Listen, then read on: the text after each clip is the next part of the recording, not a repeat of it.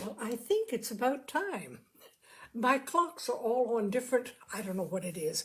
I'm going to have to spend some time coordinating.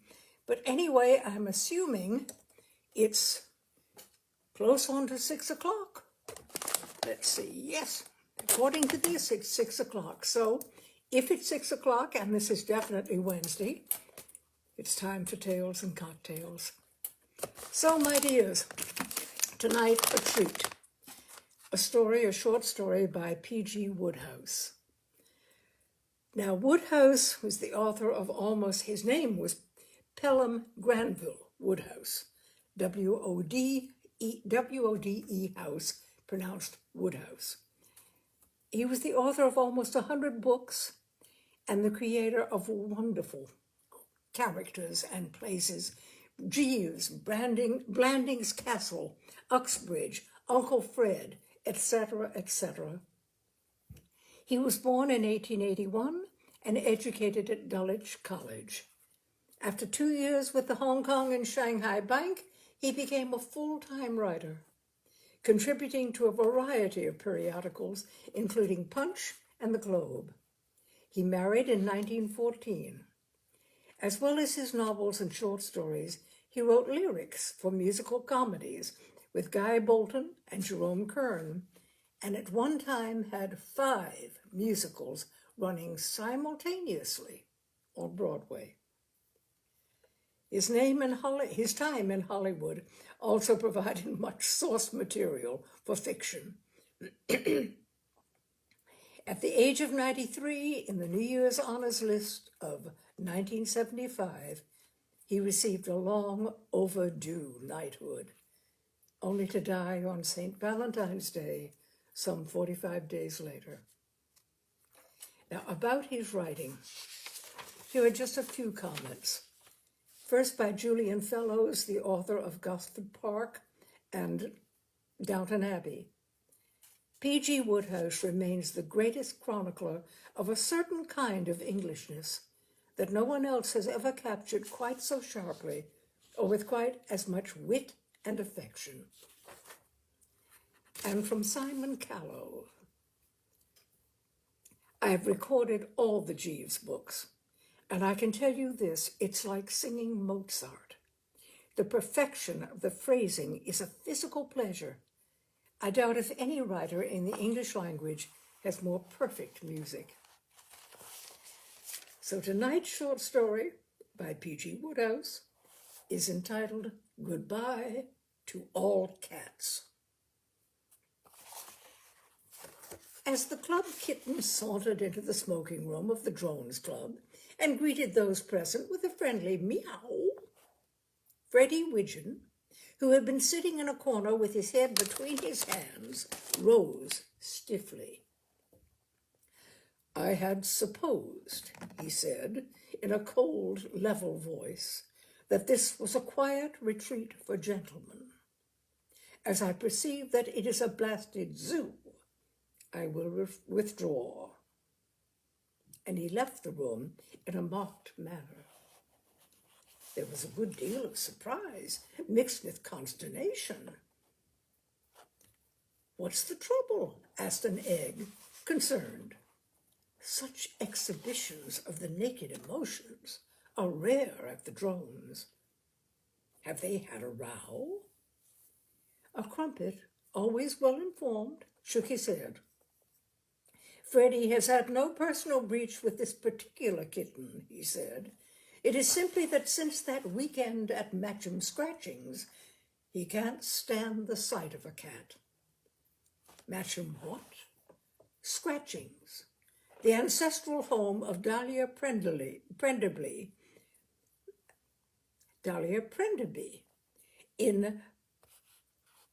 it's in Oxfordshire. "I met Dahlia Prenderby once," said the egg.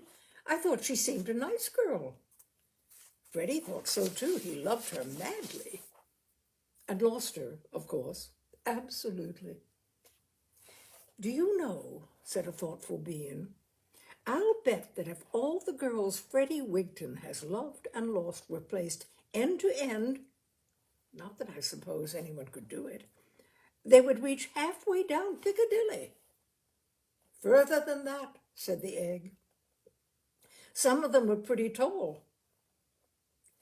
What beats me is why he ever bothers to love them.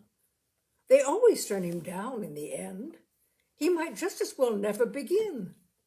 Better, in fact, because in the time saved, he could be reading some good book. I think the trouble with Freddie, said the Crumpet, is that he always gets off to a flying start. He's a good-looking sort of chap who dances well and can wiggle his ears, and the girl is dazzled for the moment, and this encourages him. From what he tells me, he appears to have gone very big with this Prenderby girl at the outset.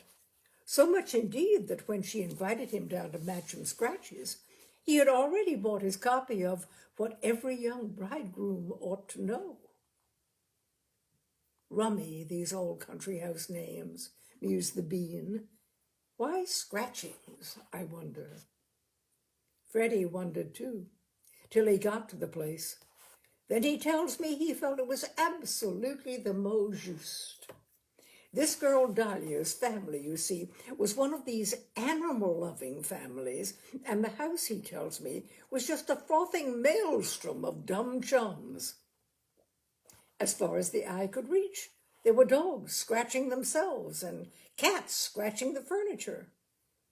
I believe, though he never met it socially, there was even a tame chimpanzee somewhere on the premises, no doubt scratching away as assiduously as the rest of them. You get these conditions here and there in the depths of the country, and this Matcham place was well away from the center of things, being about 6 miles from the nearest station. It was at this station that Dahlia Prenderby met Freddie in her 2-seater, and on the way to the house, there occurred a conversation which I consider significant, showing as it does the cordial relations existing between the young couple at this point in the proceedings. I mean, it was only later that the bitter awakening and all that sort of thing popped up. I do want you to be a success, Freddie, said the girl, after talking a while of this and that. Some of the men I've asked down here have been such awful flops. The great thing is to make a good impression on father. I will, said Freddie. He can be a little difficult at times. Lead me to him, said Freddie. That's all I ask. Lead me to him. The trouble is he doesn't much like young men. He'll like me. He will he? Rather. What makes you think that? I'm a dashed fascinating chap. Oh, you are? Yes, I am. You are you? Rather. Upon which she gave him a sort of push, and he gave her a sort of push, and she giggled, and he laughed like a paper bag bursting, and she gave him a kind of shove, and he gave her a kind of shove, and she said, "You are a silly ass," and he said, "What-ho?" All of which shows you, I mean to say, the stage they had got to by this time. Nothing definitely settled, of course, but love obviously beginning to burgeon in this girl's heart. Well, naturally, Freddie gave a good deal of thought during the drive to this father of whom the girl had spoken so feelingly, and he resolved that he would not fail her. The way he would suck up to the old dad would be nobody's business. He proposed to exert upon him the full force of his magnetic personality, and looked forward to registering a very substantial hit. Which being so, I need scarcely tell you, knowing Freddie as you do, that his first act on entering Sir Mortimer Prenderby's orbit was to make the scaliest kind of floater, hitting him on the back of the neck with a tortoiseshell cat, not 10 minutes after his arrival. His train having been a bit late, there was no time on reaching the house for any stately receptions or any of that. Welcome to the Meadowsweet Hall stuff. The girl simply shot him up to his room and told him to dress like a streak because dinner was in a quarter of an hour, and then buzzed off to don the soup and fish herself.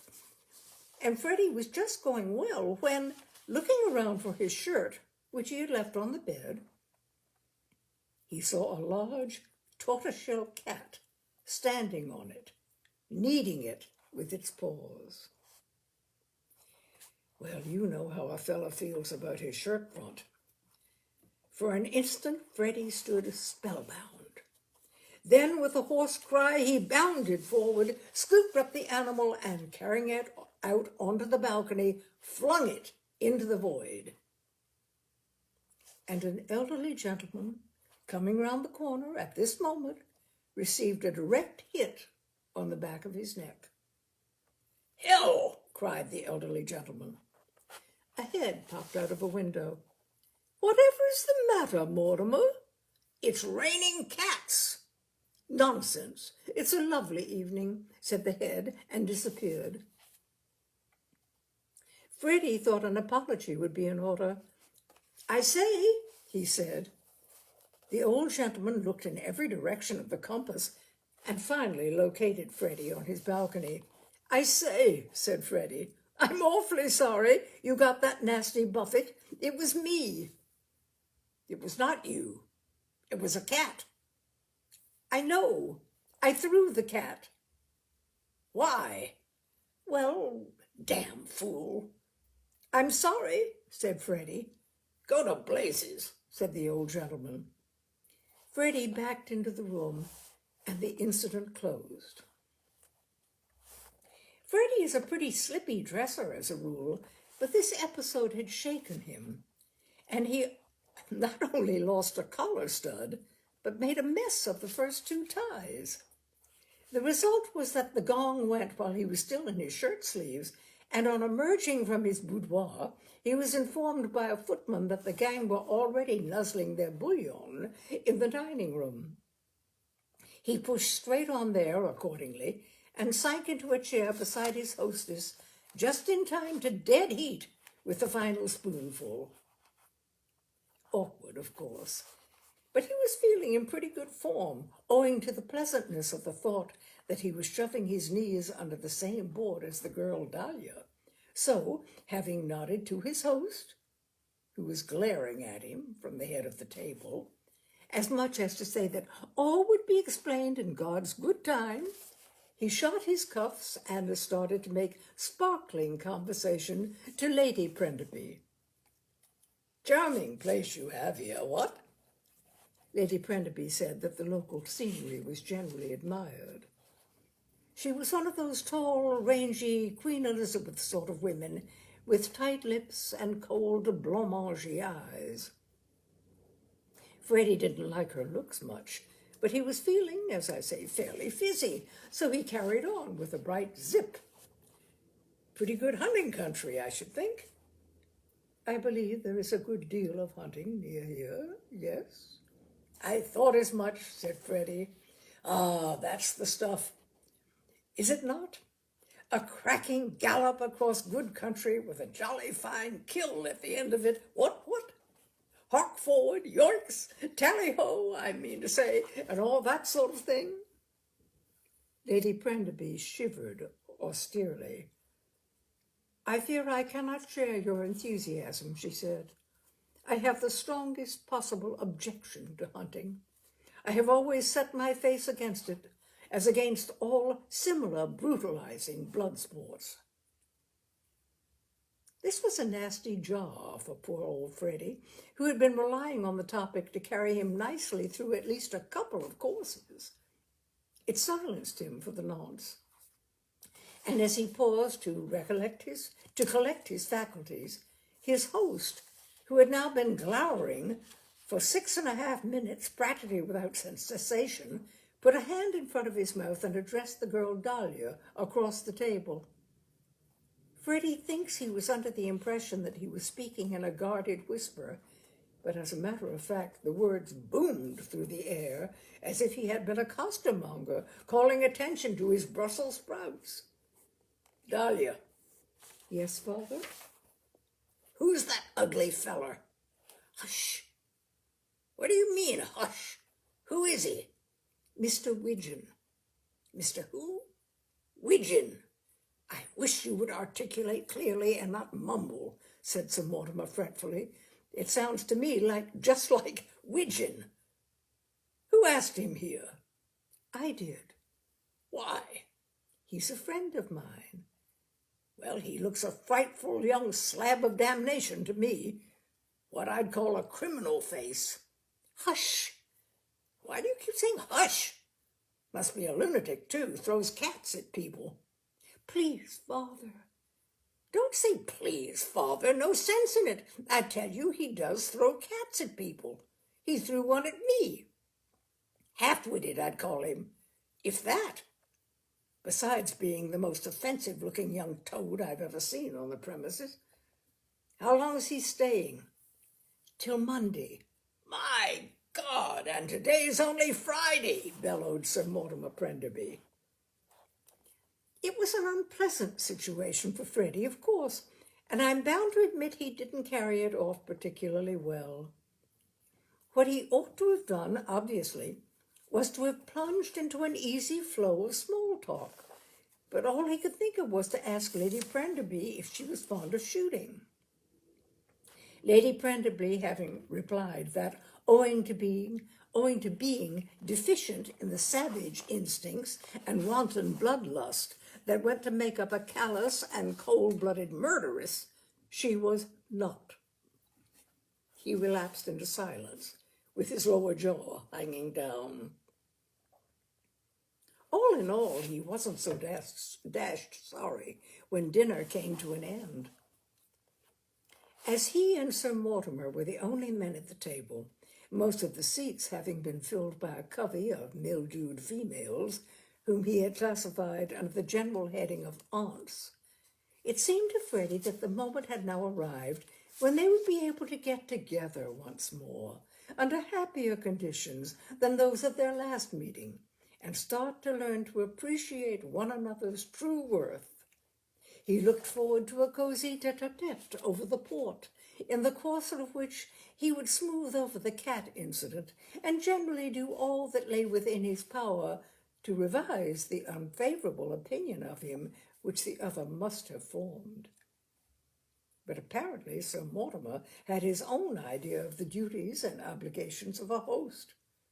Instead of clustering round Freddie with decanters, he simply gave him a long, lingering look of distaste and shot out of the French window into the garden. A moment later his head reappeared, and he uttered the words, "You and your damn cats!" Then the night swallowed him again. Freddie was a good deal perplexed. All this was new stuff to him. He had been in and out of a number of country houses in his time, but this was the first occasion on which he had ever been left flat at the conclusion of the evening meal, and he wasn't quite sure how to handle the situation. He was still wondering when Sir Mortimer's head came into view again, and its owner, after giving him another of those long, lingering looks, said, "Cats, forsooth," and disappeared once more. Freddie was now definitely piqued. It was all very well, he felt, Dahlia Prenderby telling him to make himself solid with her father. But how can you make yourself solid with a father who doesn't stay put for a couple of consecutive seconds? If it was Sir Mortimer's intention to spend the remainder of the night flashing past like a merry-go-round, there seemed little hope of anything amounting to a genuine rapprochement. It was a relief to his feelings when there suddenly appeared from nowhere his old acquaintance, the tortoiseshell cat. It seemed to offer him a means of working off his spleen. Taking from Lady Prenderly's plate, accordingly, the remains of a banana, he plugged the animal at a range of 2 yards. It yowled and withdrew, and a moment later there was Sir Mortimer again. "Did you kick that cat?" said Sir Mortimer.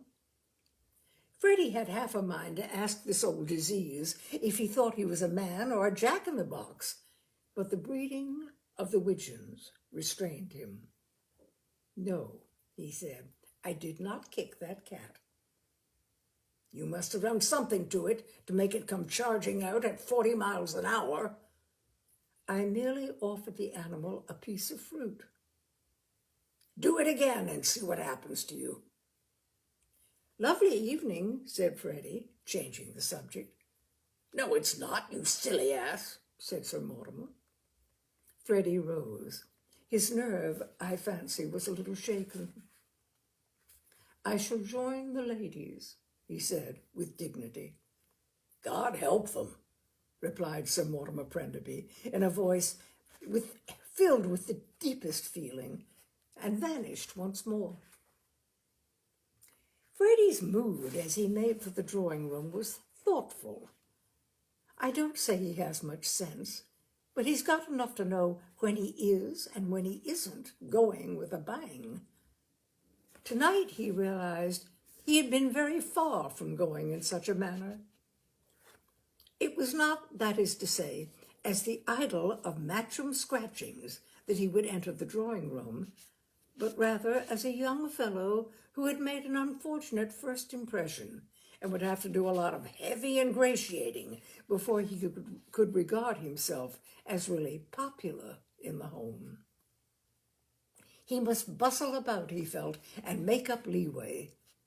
And knowing that what counts with these old-style females who have lived in the country all their lives is the exhibition of those little politenesses and attentions which were all the go in Queen Victoria's time, his first action on entering was to make a dive for one of the aunts who seemed to be trying to find a place to put her coffee cup. "Permit me," said Freddie, suave to the eyebrows. Oh, bounding forward with the feeling that this was the stuff to give them, he barged right into a cat. "Oh, sorry," he said, backing and bringing down his heel on another cat. "I say, most frightfully sorry," he said, and tottering to a chair, he sank heavily onto a third cat. Well, he was up and about again in a jiffy, of course, but it was too late.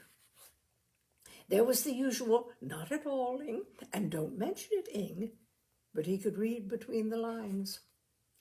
Lady Prenderby's eyes had rested on his for only a brief instant, but it had been enough. His standing with her, he perceived, was now approximately what King Herod's would have been at an Israelite mother's social Saturday afternoon. The girl Dahlia, during these exchanges, had been sitting on a sofa at the end of the room, turning the pages of a weekly paper, and the sight of her drew Freddie like a magnet. Her womanly sympathy was just what he felt he could do with at this juncture. Treading with infinite caution, he crossed to where she sat, and having scanned the terrain narrowly for cats, sank down on the sofa at her side.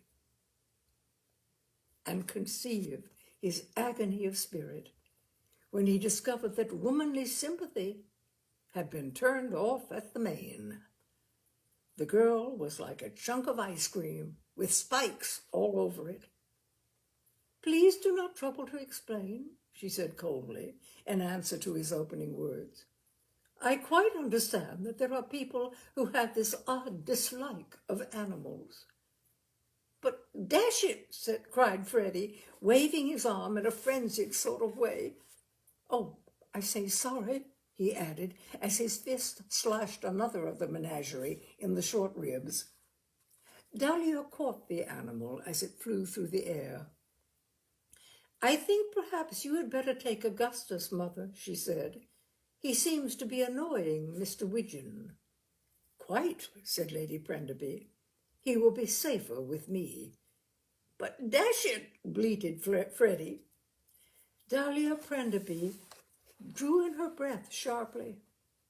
"How true it is," she said, "that one never really knows a man till after one has seen him in one's own house." What do you mean by that? Oh, nothing, said Dahlia Prenderby. She rose and moved to the piano, where she proceeded to sing old Breton folk songs in a distant manner, leaving Freddie to make out as best he could with a family album containing faded photographs with Aunt Emily bailing at Llandudno, 1893, and this is Cousin George at the fancy dress ball written under them. So the long, quiet, peaceful home evening wore on, till eventually Lady Prenderby mercifully blew the whistle, and he was at liberty to sneak off to his bedroom. You might have supposed that Freddie's thoughts, as he toddled upstairs with his candle, would have dwelt exclusively on the girl Dahlia. This, however, was not so. He did give her obvious shirtiness, a certain measure of attention, of course, but what really filled his mind was the soothing reflection that at long last his path and that of the animal kingdom of Matcham Scratchings had now divided. He, so to speak, was taking the high road, while they, as it were, would take the low road. For whatever might be the conditions prevailing in the dining room, the drawing room, and the rest of the house, his bedroom, he felt, must surely be a haven totally free from cats of all descriptions. Remembering, however, that unfortunate episode before dinner, he went down on all fours and subjected the various nooks and crannies to a close examination. His eye could detect no cats. Relieved, he rose to his feet with a gay song on his lips, and he hadn't got much beyond the first couple of bars when a voice behind him suddenly started taking the bass, and turning, he perceived on his bed a fine Alsatian dog. Freddie looked at the dog. The dog looked at Freddie. The situation was one fraught with embarrassment. A glance at the animal was enough to convince him that it had got an entirely wrong angle on the position of affairs and was regarding him purely in the light of an intrusive stranger who had muscled in on its private sleeping quarters. Its manner was plainly resentful. It fixed Freddie with a cold yellow eye and curled its upper lip slightly, the better to display a long white tooth. It also twitched its nose and gave a sotto voce imitation of distant thunder. Freddie did not know quite what avenue to explore. It was impossible to climb between the sheets with a thing like that on the counterpane. To spend the night in a chair, on the other hand, would have been foreign to his policy. He did what I consider the most statesmanlike thing by sidling out onto the balcony and squinting along the wall of the house to see if there wasn't a lighted window hard by, behind which might lurk somebody who would rally round with aid and comfort. There was a lighted window, only a short distance away, so he shoved his head out as far as it would stretch and said, "I say." There being no response, he repeated, "I say." And finally, to drive his point home, he added, "I say, I say, I say." This time he got results. The head of Lady Prenderby suddenly protruded from the window. "Who," she inquired, "is making that abominable noise?" It was not precisely the attitude Freddie had hoped for, but he could take the rough with the smooth. "It's me, Widgeon, Frederick." "Must you sing on your balcony, Mr. Widgeon?" "I wasn't singing. I was saying, 'I say.'" "What were you saying?" "I say." "You say what?" I was saying, 'I say.' Kind of a heart cry, if you know what I mean. The fact is, there's a dog in my room." "What sort of dog?" A whacking great Alsatian. Ah, that would be Wilhelm. Good night, Mr. Widgeon. The window closed. Freddie let out a heart-stricken yip. But I say... The window reopened. Really, Mr. Widgeon? But what am I to do? Do? About this whacking great Alsatian? Lady Prenderby seemed to consider. No sweet biscuits, she said, and when the maid brings you your tea in the morning, please do not give him sugar, simply a little milk in the saucer. He is on a diet. Good night, Mr. Widgeon. Freddie was now pretty well nonplussed. No matter what his hostess might say about this beastly dog being on a diet, he was convinced from its manner that his medical advisor had not forbidden it widgeons, and once more he bent his brain to the task of ascertaining what to do next. There were several possible methods of procedure. His balcony being not so very far from the ground, he could, if he pleased, jump down and spend a health-giving night in the nasturtium bed. Or he might curl up on the floor. Or he might get out of the room and dance downstairs somewhere. This last scheme seemed about the best. The only obstacle in the way of its fulfillment was the fact that when he started for the door, his roommate might probably think he was a burglar about to loot silver of Lonely Country House and pin him. Still, it had to be risked. And a moment later, he might have been observed tiptoeing across the carpet with all the caution of a slackwire artist who isn't any too sure he remembers the correct steps. Well, it was a near thing. At the instant when he started, the dog seemed occupied with licking something that looked like a cushion on the bed. It was licking this object in a thoughtful way and paid no attention to Freddie till he was halfway across no man's land. Then it suddenly did a sort of sitting high jump in his direction, and 2 seconds later, Freddie, with a drafty feeling about the seat of his trouserings, was on top of a wardrobe, with the dog underneath, looking up. He tells me that if he ever moved quicker in his life, it was only on the occasion when, a lad of 14, he was discovered by his uncle, Lord Blister, smoking one of the latter's cigars in the library. And he rather thinks he must have clipped at least 1/5 of a second off the round, then set up. It looked to him now as if his sleeping arrangements for the night had been settled for him. And the thought of having to roost on top of a wardrobe at the whim of a dog was pretty dashed offensive to his proud spirit, as you may well imagine. However, as you cannot reason with Alsatians, it seemed the only thing to be done, and he was trying to make himself as comfortable as a sharp piece of wood sticking into the fleshy part of his leg would permit, when there was a snuffling noise in the passage, and through the door came an object which, in the dim light, he was at first not able to identify. It looked something like a pen wiper, and something like a piece of hearth rug. A second and keener inspection revealed it as a Pekingese puppy. The uncertainty which Freddie had felt as to the newcomer's status was shared, it appeared, by the Alsatian. For after raising its eyebrows in a puzzled manner, it rose and advanced inquiringly. In a tentative way, it put out a paw and rolled the intruder over. Then, advancing again, it lowered its nose and sniffed.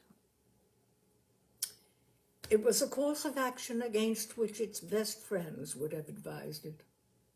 These peaks are tough eggs, especially when, as in this case, female. They look the world in the eye and are swift to resent familiarity. There was a sort of explosion, and the next moment the Alsatian was shooting out of the room with its tail between its legs, hotly pursued. Freddie could hear the noise of the battle rolling away along the passage, and it was music to his ears. Something on these lines was precisely what that Alsatian had been asking for, and now it had got it. Presently the peak returned, dashing the beads of perspiration from its forehead, and came and sat down under the wardrobe, wagging a stumpy tail. And Freddie, feeling that the all clear had been blown, and that he was now at liberty to descend, did so. His first move was to shut the door. His second, to fraternize with his preserver.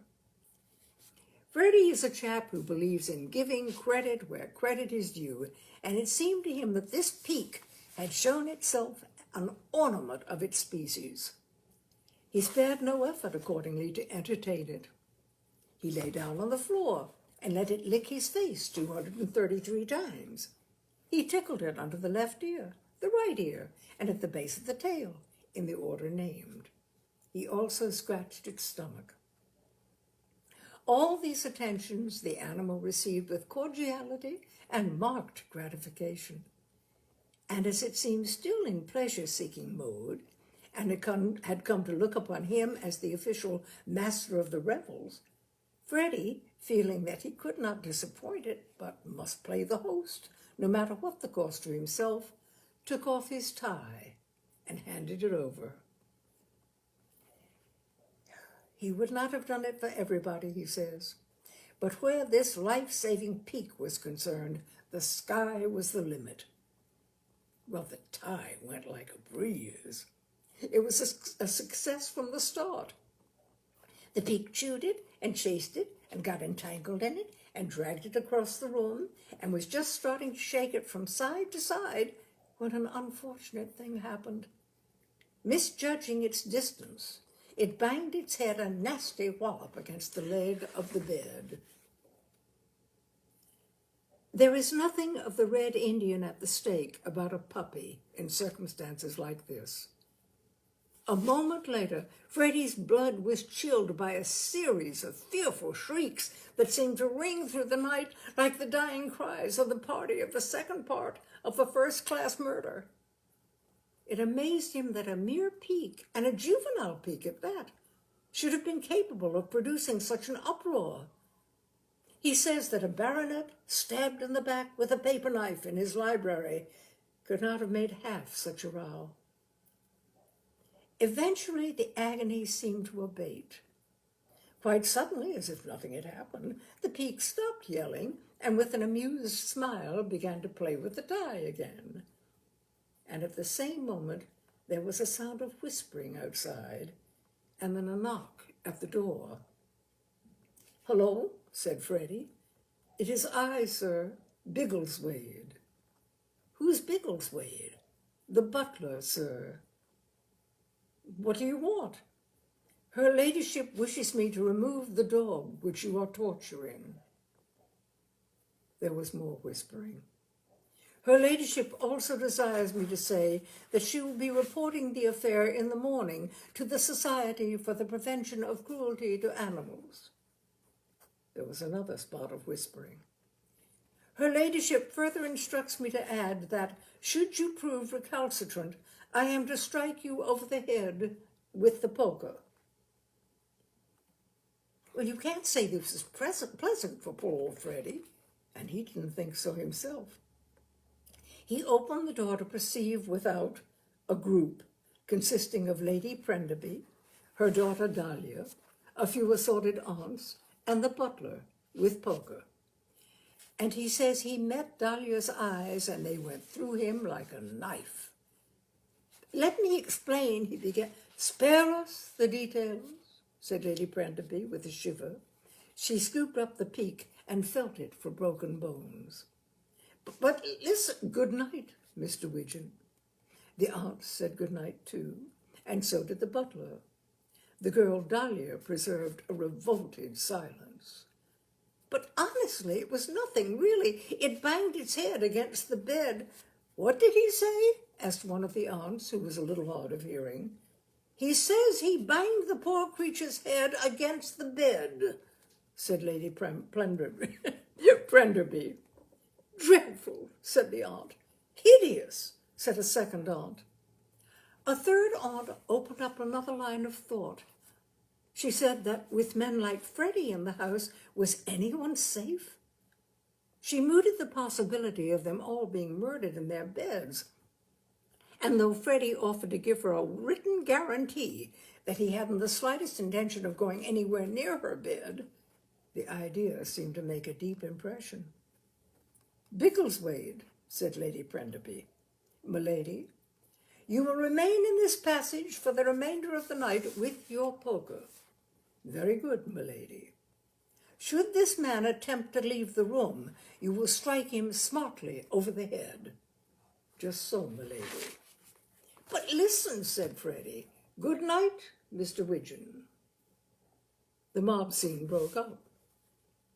Soon the passage was empty, save for Biggleswade, the butler, who had begun to pace up and down, halting every now and then to flick the air with his poker, as if testing the lissomeness of his wrist muscles and satisfying himself that they were in a condition to ensure the right amount of follow-through.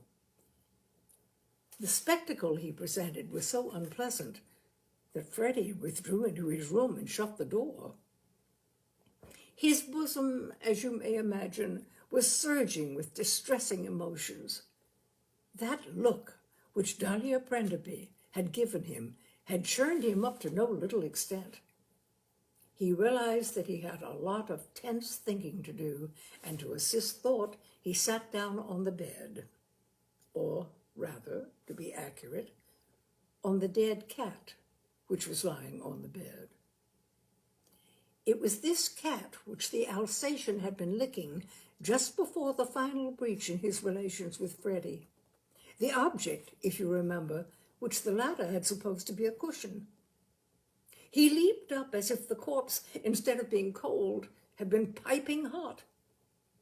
He stared down, hoping against hope that the animal was merely in some sort of coma, but a glance told him that it had made the great change. He had never seen a deader cat. After life's fitful fever, it slept well. You wouldn't be far out in saying that poor old Freddie was now appalled. Already his reputation in this house was at zero, his name mud. On all sides he was looked upon as Widgeon, the amateur vivisectionist. This final disaster could not but put the tin hat on it. Before he had had a faint hope that in the morning, when calmer moods would prevail, he might be able to explain that matter of the peak. But who was going to listen to him if he were discovered with a dead cat on his person? And then the thought came to him that it might be possible not to be discovered with it on his person. He had only to nip downstairs and deposit the remains in the drawing room or somewhere, and suspicion might not fall upon him. After all, in a super-catted house like this, cats must always be dying like flies all over the place. A housemaid would find the animal in the morning and report to GHQ that the cat's strength of the establishment had been reduced by 1. And then there would be a bit of tut-tutting and perhaps a silent tear or two, and then the thing would be forgotten. The thought gave him new life. All briskness and efficiency, he picked up the body by the tail and was just about to dash out of the room when, with a silent groan, he remembered Biggleswade. He peeped out. It might be that the butler, once the eye of authority had been removed, had departed to get the remainder of his beauty sleep. But no. Service and fidelity were evidently the watchwords of Matcham Scratchings. There the fellow was, still practicing half-arm shots with the poker. Freddie closed the door. And as he did so, he suddenly thought of the window. There lay the solution. Here he had been fooling about with doors and thinking in terms of drawing rooms, and all the while there was the balcony staring him in the face. All he had to do was to shoot the body out into the silent night and let gardeners, not housemaids, discover it. He hurried out. It was a moment for swift action. He raised his burden. He swung it to and fro, working up speed. Then he let it go. And from the dark garden, there came suddenly the cry of a strong man in his anger. "Who threw that cat?" It was the voice of his host, Sir Mortimer Prenderby. "Show me the man who threw that cat," he thundered. Windows flew up. Heads came out. Freddie sank to the floor of the balcony and rolled against the wall. "Whatever is the matter, Mortimer?" "Let me get at the man who hit me in the eye with a cat." "A cat?" Lady Prenderby's voice sounded perplexed. "Are you sure?" "Sure? What do you mean, sure? Of course I'm sure. I was just dropping off to sleep in my hammock when suddenly a great beastly cat came whizzing through the air and caught me properly in the eyeball. It's a nice thing. A man can't sleep in hammocks in his own garden without people pelting him with cats. I insist on the blood of the man who threw that cat." "Where did it come from?" "Must have come from that balcony there." "Mr. Widgeon's balcony," said Lady Prenderby in an acid voice. "As I might have guessed." Sir Mortimer uttered a cry. "So might I have guessed. Widgeon, of course, that ugly fella. He's been throwing cats all the evening. I've got a nasty sore place on the back of my neck where he hit me with one before dinner. Oh, I want my heavy cane, the one with the carved ivory handle, or a horsewhip will do." "Wait, Mortimer," said Lady Prenderby. "Do nothing rash. The man is evidently a very dangerous lunatic. I will send Biggleswade, don't know what happened there, to overpower him. He has the kitchen poker." Little, said the crumpet, remains to be told. At 2:15 that morning, a sombre figure in dress clothes without a tie limped into the little railway station of Lower Smattering on the Whistle, some 6 miles from Matcham Scratchings. At 3:47 it departed Londonwards on the up milk train. It was Frederick Widgeon. He had a broken heart and blisters on both heels, and in that broken heart was that loathing for all cats of which you recently saw so signal a manifestation. I'm revealing no secrets when I tell you that Frederick Widgeon is permanently through with cats. From now on, they cross his path at their peril. And that is Goodbye to All Cats by PG Wodehouse. I find it delicious. I hope you do too. And of course, I'm dedicating it to all my friends with cats. And I was a cat person all my life. Unfortunately, the allergies won't allow it now. But to everybody who has cats, I hope you enjoyed it. I'm very sad to have said goodbye to all cats. But those of you who still enjoy their company, bless you. And that's it for tonight. Thank you so much, my dears. I'll see you next Wednesday at 6 o'clock for another episode of Tales and Cocktails.